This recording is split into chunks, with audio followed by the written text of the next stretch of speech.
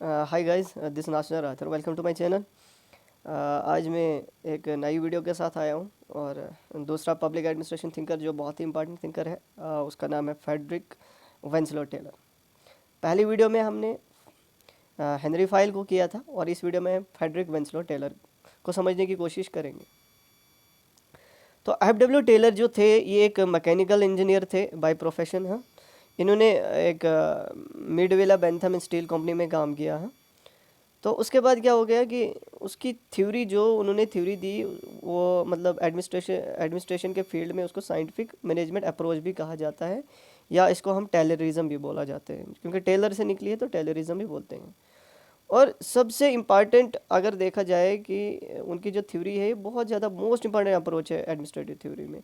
और सबसे important work जो है उनका, जो टेलर का है, सबसे इम्पॉर्टेंट वर्क जो उन्होंने लिखा है वो क्या है? ए पीस रेट सिस्टम जो 1895 में लिखा था। The art of cutting metal 1906 में लिखा था। The principle of scientific management ये 1911 में लिखा गया है। अब इनको हमने बिल्कुल a piece rate system, the art of cutting metal, the principle of scientific management को हमने थोड़ा सा और ब्रीफली आगे समझने की कोशिश करेंगे। उसके बाद अब टेलर क्या बोलता है? टेलर बोलता है कि ऐसा क्या हुआ कि जो पुरानी जो ऑर्गेनाइजेशन, जो कन्वेंशनल ऑर्गेनाइजेशन है, उनको कौन सी प्रॉब्लम को फेस करना पड़ा। हाँ, तो बोलता है टेलर कि उनको क्या क्या प्रॉब्लम फेस करनी पड़ेगी। सबसे पहली चीज़ जो उनको क्या क्या हुआ कि वहाँ पे कोई भी क्लियर अंडरस्टैंडिंग नहीं थी कि मैनेजर और वर्कर के बीच में मतलब कौन कौन सी रिस्पॉन्सिबिलिटी होनी चाहिए, मैनेजर को क्या करना है, वर्कर्स को क्या करना है। दैट इज़ वाई कन्वेंशनल जो भी मतलब जो पुरानी ऑर्गेनाइजेशन है वो फेल होगी। दूसरी चीज़ क्या थी उनमें, मतलब lack of effective standardisation of work था। मतलब कोई भी स्टैंडर्ड नहीं था वर्क का। मतलब लोग काम करते थे लेकिन उसमें वो इतना ज़्यादा इफेक्टिव वो रिजल्ट नहीं होता है।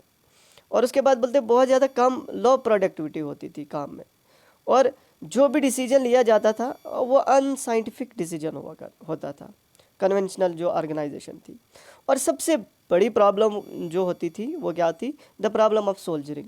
सोल्जरिंग का मतलब क्या है कि कोई ऐसा काम करना कि जैसे फॉर एग्जांपल एक इंसान का कैपेसिटी लेवल ऑफ वर्किंग है 100 यूनिट्स, ठीक है, वो 100 यूनिट्स तक काम कर सकता है, लेकिन वो अपने मतलब मन को अच्छी तरीके से काम नहीं लगा के वो सिर्फ 70 यूनिट्स ही काम करता है। That is the problem of soldiering.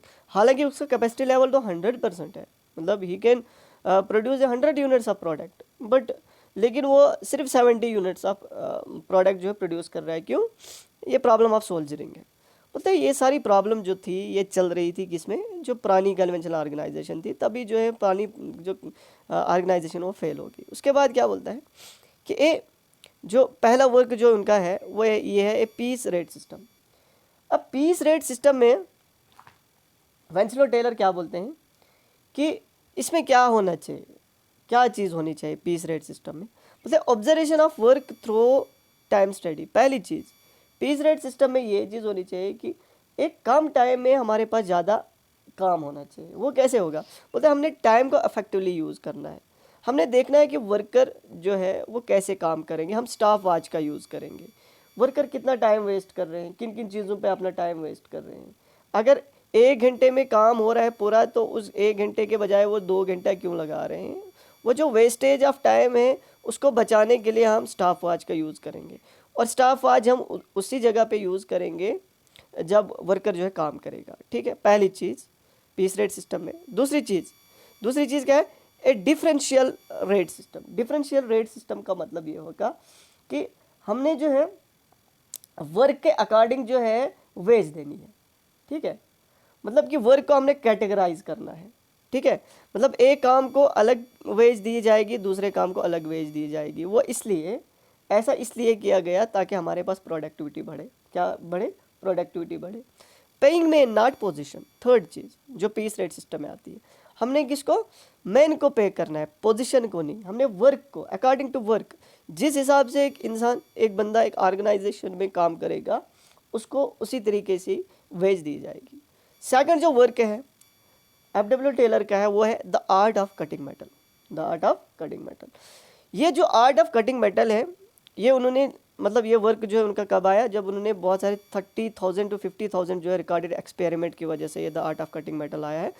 बोलते हैं कि जो कन्वेंशनल ऑर्गेनाइजेशन होती थी, जो पुरानी ऑर्गेनाइजेशन हुआ करती थी, जो पुरानी इंडस्ट्रीज़ और मैनेजमेंट हुआ करती थी, तो वो क्या रूल ऑफ थंब यूज़ करते थे। रूल ऑफ थंब मतलब थंब का रूल यूज़ करके जो है किसी चीज़ की मेजरमेंट करते थे। ठीक है, जैसे देखो पुराने ज़माने में लोग क्या करते थे कि मतलब फॉर एग्जांपल अगर किसी को कोई चीज़ जो है मेजर करनी होती है तो वो थंब का यूज़ करते थे। हाँ, रूल ऑफ थंब, वही ये भी यूज़ किया करते थे। ठीक है, तो इसने क्या बोला कि ये जो रूल ऑफ थंब है, the art of cutting method, इसको हमने ख़त्म करना है, ये बहुत पुराना हो चुका है, इसकी जगह जो हमने साइंटिफिक मेथड लाना है। और उसके बाद ही साइंटिफिक मतलब इसमें जो भी हमारे पास ऑर्गेनाइजेशन है इनमें नई नई चीज़ें आ गई मेजरमेंट के लिए, जैसे हमारे पास स्केल आ गई या दूसरी तीसरी चीज़ें जो मतलब इंच टैप होता है, ये सारी चीज़ें फिर उसके बाद आना स्टार्ट हो गई जब एफ.डब्ल्यू. टेलर ने इस चीज़ को क्या किया, ख़त्म कर दिया। ठीक है, इस चीज़ को रिजेक्ट किया। और उसके बाद एफ.डब्ल्यू. टेलर के 4 बेसिक प्रिंसिपल ऑफ मैनेजमेंट क्या होते हैं और क्या होना चाहिए, ये बहुत इंपॉर्टेंट है। ये 4 बेसिक प्रिंसिपल क्या क्या हैं। पहली चीज़ बोलता है कि development of true science of work. F W. Taylor का कहना है कि जब भी हमारे पास एक इंडस्ट्री में अगर हमने काम करना है तो सबसे पहले हमारे पास एक ऑर्गेनाइज नॉलेज होना चाहिए किसी भी वर्क को करने के लिए। मतलब हमारे पास बहुत सारे फील्ड का नॉलेज, ऑर्गेनाइज नॉलेज बोलता है कि मतलब हर एक फील्ड का नॉलेज हमें होना चाहिए कि उस वर्क को कैसे हमने डन करना है। फॉर एग्जांपल हमारे पास एक ऑर्गेनाइजेशन है और हम ऑर्गेनाइजेशन में काम करने की कोशिश करते हैं। फॉर एग्जांपल किसी प्रोडक्ट को प्रोड्यूस करने की कोशिश करते हैं, तो उस प्रोडक्ट को किन किन तरीक़ों से हम प्रोड्यूस कर सकते हैं तो उसका पूरा नॉलेज होना चाहिए, दैट इज़ ऑर्गेनाइज नॉलेज। हाँ, उस वर्क को कैसे किया जा सकता है, how, what work is to be done, हाँ कैसे किया जाएगा, हाउ। और दूसरी चीज़, उस वर्क को कैसे करना है, development of science of work help, मतलब कि हमारे पास एक साइंटिफिक आउटलुक होनी चाहिए उस वर्क को डन करने के लिए। जब हमारे पास साइंटिफिक आउटलुक होगा तो हमारे पास प्रोडक्टिविटी बढ़ेगी। अगर वही पुराना जो कन्वेंशनल ऑर्गेनाइजेशन में हुआ करता था तो अगर वैसा करेंगे तो हमारे पास प्रोडक्टिविटी नहीं बढ़ेगी। इसलिए उन्होंने क्या बोला कि science, true science of work होना चाहिए। हाँ, अगर हमने किसी प्रोडक्ट को प्रोड्यूस करना है, कोई काम करना है, तो उसके लिए भी हमारे पास बहुत सारा ऑर्गेनाइज नॉलेज होना चाहिए। दूसरी चीज़ कि हमारे पास साइंस ऑफ वर्क होना चाहिए ताकि हमारी जो भी प्रोडक्टिविटी है वो बढ़ जाएगी। पहला प्रिंसिपल। दूसरा प्रिंसिपल है साइंटिफिक सिलेक्शन ऑफ वर्कर। अगर हमने एक ऑर्गेनाइजेशन में, एफ.डब्ल्यू. टेलर बोलते हैं कि अगर हमने एक ऑर्गेनाइजेशन में किसी भी वर्कर को रिक्रूट करना है तो वो बंदा जो है उस जॉब के लिए फिट होना चाहिए। आइए समझ में, मतलब कि हमने वर्कर के एप्टीट्यूड, वर्कर के इंटेलिजेंस, वर्कर के एबिलिटी, परफॉर्मेंस को हमने टेस्ट करना है कि क्या ये पार्टिकुलर जॉब के लिए फिट बैठता है। हाँ, अगर ये इस जॉब के लिए फिट बैठता है तो उसके बाद ही हम उसको सिलेक्ट करेंगे, that is scientific selection of workers. दूसरी चीज़ उन्होंने ये बोली। तीसरी चीज़, bringing together science of work and scientifically workers. अब ये बड़ी इंटरेस्टिंग चीज़ उन्होंने बोली है। एफ.डब्ल्यू. टेलर ने बोलता है कि सिर्फ साइंस ऑफ वर्क और साइंटिफिक सिलेक्टिंग वर्कर जो है एनफ नहीं है।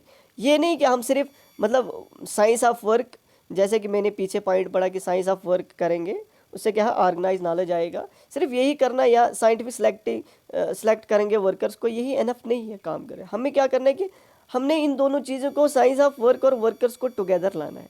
अब ये क्या है, ये थोड़ा सा कन्फ्यूजिंग पॉइंट है लेकिन इसको मैं समझाऊंगा।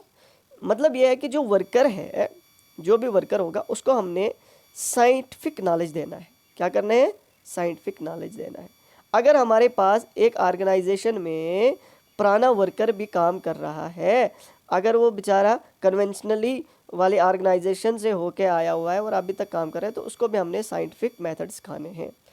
हालांकि इसने पहला एक प्रिंसिपल ये भी बोला कि हमने scientific selection of the workers तो करना ही करना है, लेकिन अगर कोई ऐसा बंदा हो तो उसके लिए हमने क्या करना है, उसको साइंस ऑफ वर्क समझाना है, उसको पढ़ाना है। ठीक है, उसके बाद चौथा principle, division of work and responsibility between workers and management. अब ये बड़ी इंटरेस्टिंग चीज़ है कि जो ट्रेडिशनल मैनेजमेंट हुआ करती थी तो वहाँ पे जो भी वर्क हुआ करता था उस वर्क के लिए कोई भी रिस्पॉन्सिबल नहीं हुआ करता था। ठीक है, लेकिन इस वाले में क्या है कि जो साइंटिफिक, जो नई इंडस्ट्रीज़ हैं तो इसमें साइंटिफिक मैनेजमेंट का होना बहुत ज़रूरी है। बोलते हैं कि जो वर्कर और मैनेजर में जो वर्क है वो इक्वली डिस्ट्रीब्यूट होना चाहिए। ऊपर जो कन्वेंशनल था, जो पुरानी ऑर्गेनाइजेशन हुआ करती थी, उनमें ये चीज़ नहीं थी। उसके बाद एफ.डब्ल्यू. टेलर का एक बहुत ही इंपॉर्टेंट कंसेप्ट है जिसको हमने समझने की कोशिश करनी है, that is functional foremanship. Functional foremanship में एफ.डब्ल्यू. टेलर क्या बोलते हैं, जो पुरानी वाली जो ऑर्गेनाइजेशन हुआ करती थी, तो उनमें क्या एक वर्कर के ऊपर एक बॉस हुआ करता था, तो उससे क्या होता था कि एक एफिशिएंसी नहीं आती थी वर्क में। तो फंक्शनल फोरमैनशिप में वो बोलता है कि हमने इस वाले वर्क को, जो एक बॉस था एक वर्कर था, इसको चेंज करके हमने फंक्शनल फोरमैनशिप में रखना है। अब हमने 8 डिफरेंट बॉसेस जो है, 8 डिफरेंट सुपरवाइजर रखने हैं, ठीक है, फंक्शनल फोरमैनशिप में बोलता है। तो 8 डिफरेंट बॉसेस एक वर्कर के ऊपर होंगे। अब सुनो कैसे। प्लानिंग फंक्शनल बॉसेस होंगे, एक कैटेगरी ये है, दूसरी एग्जीक्यूटिव यानी एग्जीक्यूशन बॉसेस होंगे। और जो प्लानिंग फंक्शनल बॉसेस है उसके अंडर 4 बॉसेस होंगे, जो 4 कमांड है उसको देंगे एक वर्कर को। और एग्जीक्यूशन बॉसेस में भी 4 बॉसेस होंगे जो उसको मतलब कि 4 कमांडें देंगे। तो ये मिला के 8 कमांड्स होंगी जो अलग अलग बॉस एक वर्कर को देंगे। बोलते इससे क्या होगा कि इससे हमारी प्रोडक्टिविटी बढ़ेगी। देखो इस पे जो फंक्शनल फोरमैनशिप है, इस पे जो है एफ.डब्ल्यू. टेलर को क्रिटिसाइज़ भी किया गया हुआ है। ऐसे क्रिटिसाइज़ किया गया है कि ये इंसान जो है, मैन जो है, ये मैन है, ठीक है, ये ह्यूमन है, नॉट कि ये मशीन नहीं है। ये एक आप तो इसको एक मैकेनिकल वे में देख रहे हो, लेकिन इंसान जो है वो इंसान है, ना कि एक मशीन है, ठीक है। उसके बाद एक और इम्पॉर्टेंट टॉपिक है, वो है मेंटल रेवोल्यूशन। एफ.डब्ल्यू. टेलर बोलता है कि जब भी हमारे पास ये साइंटिफिक रेवोल्यूशन आया मैनेजमेंट में, किसी ऑर्गेनाइजेशन में, तो इससे कंप्लीट मेंटल रेवोल्यूशन आ गया। जो वर्कर्स हैं वो अपनी ड्यूटीज़ के जो वो ड्यूटीज़ करते हैं उनकी चेंज हो गई। वो चेंज क्यों हो गई? वो इसलिए चेंज हो गई, मतलब उनको रियलाइजेशन आ गई कि जो भी हम एक ऑर्गेनाइजेशन के लिए प्रोडक्टिविटी कर रहे हैं तो इससे हमें ही बेनिफिट हो रहा है, तो हम क्यों ना काम करें। इसलिए बोलते हैं कि उनका आउटलुक चेंज हो गया। क्योंकि पुराने में क्या होते थे कि जैसे 100 यूनिट्स मतलब कन्वेंशनल की बात कर रहा हूँ, अगर 100 यूनिट्स प्रोड्यूस करना होता था तो वो 70 ही करते। लेकिन आज के दौर में क्या है कि इनको पता है कि प्रोडक्टिविटी बढ़ेगी तो हमें बेनिफिट हो गया। अगर 100 करना होगा तो वो 100 करने की कोशिश करेंगे, वो 100 ही यूनिट जो है प्रोड्यूस करेंगे। और उसके बाद बहुत सारे मतलब स्टैंडर्डाइजेशन जो भी बड़े बड़े टूल्स हैं उनका भी यूज़ करेंगे।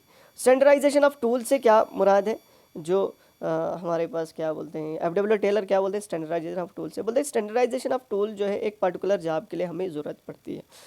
उन्होंने एक एक्सपेरिमेंट किया था एफ.डब्ल्यू. टेलर, जो Bentham steel and work company में हुआ था, शावल एक्सपेरिमेंट। क्या? Shovel experiment.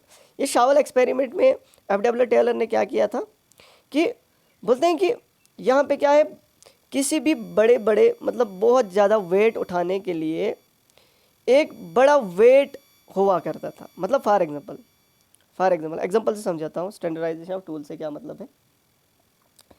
मेरे पास 1 क्विंटल जो है, मेरे पास क्वांटिटी है किसी चीज़ की 1 क्विंटल, मैंने उसको ए यहाँ से लेकर यहाँ तक ले जाना है बी तक।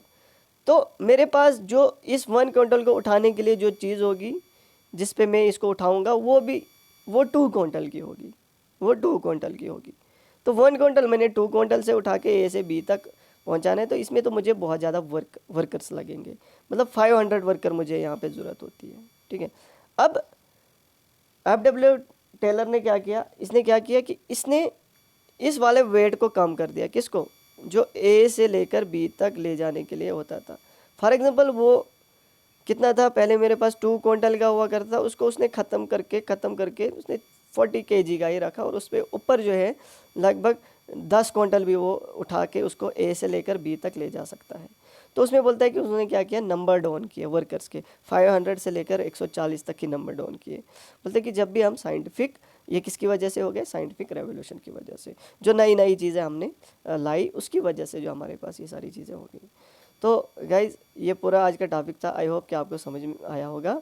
अगर समझ में आएगा तो एक बार लाइक कीजिए और चैनल को सब्सक्राइब कीजिए। Thank you, have a nice day.